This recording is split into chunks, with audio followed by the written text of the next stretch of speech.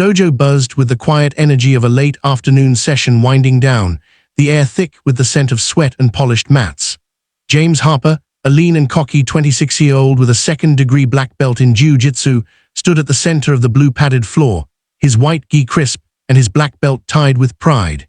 He was the star of the Horizon Martial Arts Academy, known for his slick submissions and a charm that won over students and instructors alike. Today, though, his usual focus was replaced by a restless grin. Across the room, mopping the mats with steady hands, was Clara Evans, the cleaning lady in her early 50s, her graying blonde hair pulled into a tight ponytail, her gray uniform smudged with the day's work. The fluorescent lights overhead cast a soft glow, and a red arrow in the image pointed to her, as if fate had singled her out. James, in a moment of playful bravado, called out, "Hey, Clara, how about a spa? Bet you surprise us." His tone was light, a jest born of boredom, but no one, least of all James, could have predicted the storm that followed when Clara set her mop down and said, "All right, let's do it." The small crowd of students, still stretching or packing their gear, froze, their eyes darting between the confident black belt and the unassuming cleaner. James chuckled, thinking it was a lark, a bit of fun to cap the day. Clara, though, didn't crack a smile. Her blue eyes, usually soft with quiet diligence, hardened with a focus that made James pause.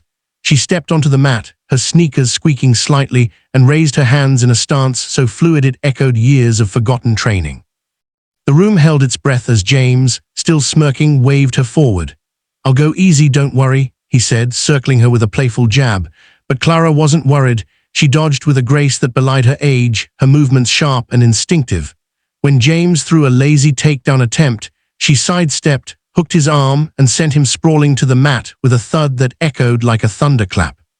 The students gasped, phones already recording, as James scrambled up, his grin replaced by a mix of shock and respect. Clara hadn't always been a cleaning lady.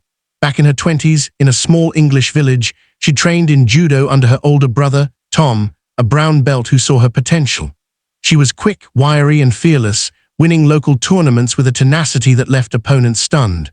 But life intervened. Tom's sudden illness, a young daughter to raise alone after her husband left, and a move to the city where cleaning jobs were the only steady work. Her gi gathered dust, her medals tucked away in a box, and for decades, she'd buried that part of herself under mops and brooms. Now, facing James, those memories surged back, Tom's proud nod after her first win, the sting of defeat that taught her resilience.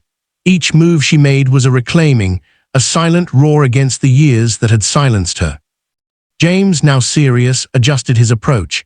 He was younger, stronger, with years of disciplined training, but Clara's experience was a wild card.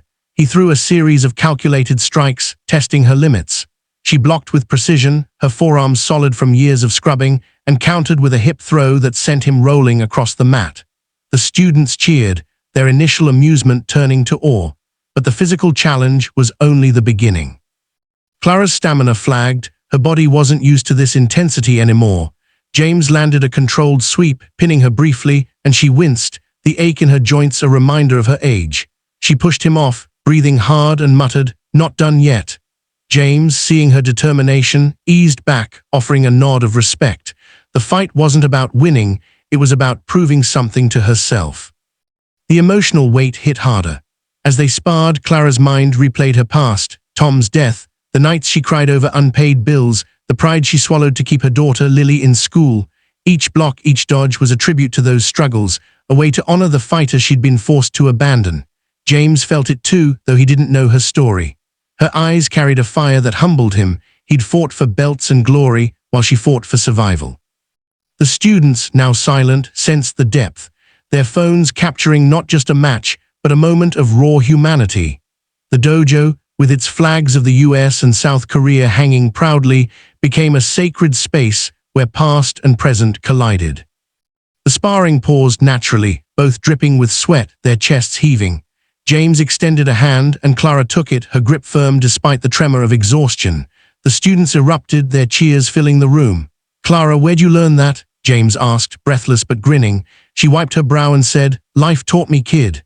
That night, a student uploaded the clip with the caption, "Black Belt versus Cleaning Lady, Unbelievable." By morning, it had exploded online, racking up millions of views.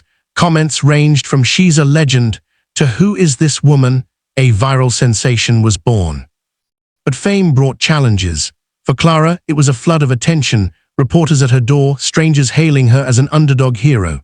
She felt exposed, her quiet life upended. Some online trolls mocked her age and job, calling her a fluke, while others turned her into a feel-good story, stripping away her complexity.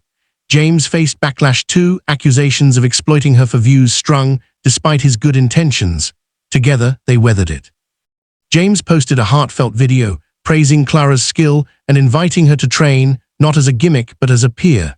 Clara, torn between her duties and this new path, hesitated. Lily, now 22 and studying nursing, encouraged her. "Mum, you're inspiring people," she said, showing Clara messages from women moved by her story. That push, and the memory of Tom's faith in her, nudged Clara to try. Self-doubt was her toughest battle. In training sessions, she'd freeze, her confidence eroded by years of being just the cleaner. James paired her with beginners, letting her teach basic throws. The kids' admiration, calling her Sensei Clara, reignited her spirit. She wasn't just a fighter, she was a guide, a mother, a survivor. Months later, the academy held a small tournament. Clara entered against her better judgment, coached by James and cheered by Lily. She didn't win, taking second, but the crowd's standing ovation was for her heart, not her rank. James, watching, realized he'd grown more from her than from any master. The video's legacy grew. Gyms nationwide offered free classes to workers like Clara, sparking a movement of inclusion. Clara spoke at community events, her voice steady as she shared her journey. "It's not about the belt, it's about standing up." James shifted his teaching, valuing resilience over trophies. Clara still mopped the mats, but now with a white belt earned through training, a symbol of her rebirth. Late at night, she'd pause, mop in hand, and smile at the spot where it all began. She wasn't just the cleaning lady anymore. She was Clara Evans, fighter, mother, and proof that strength lies in the will to rise, no matter how long you've been down. The world, captivated by that viral clip, learned what they both discovered. True champions carry their battles within, and every fight is a chance to reclaim your soul.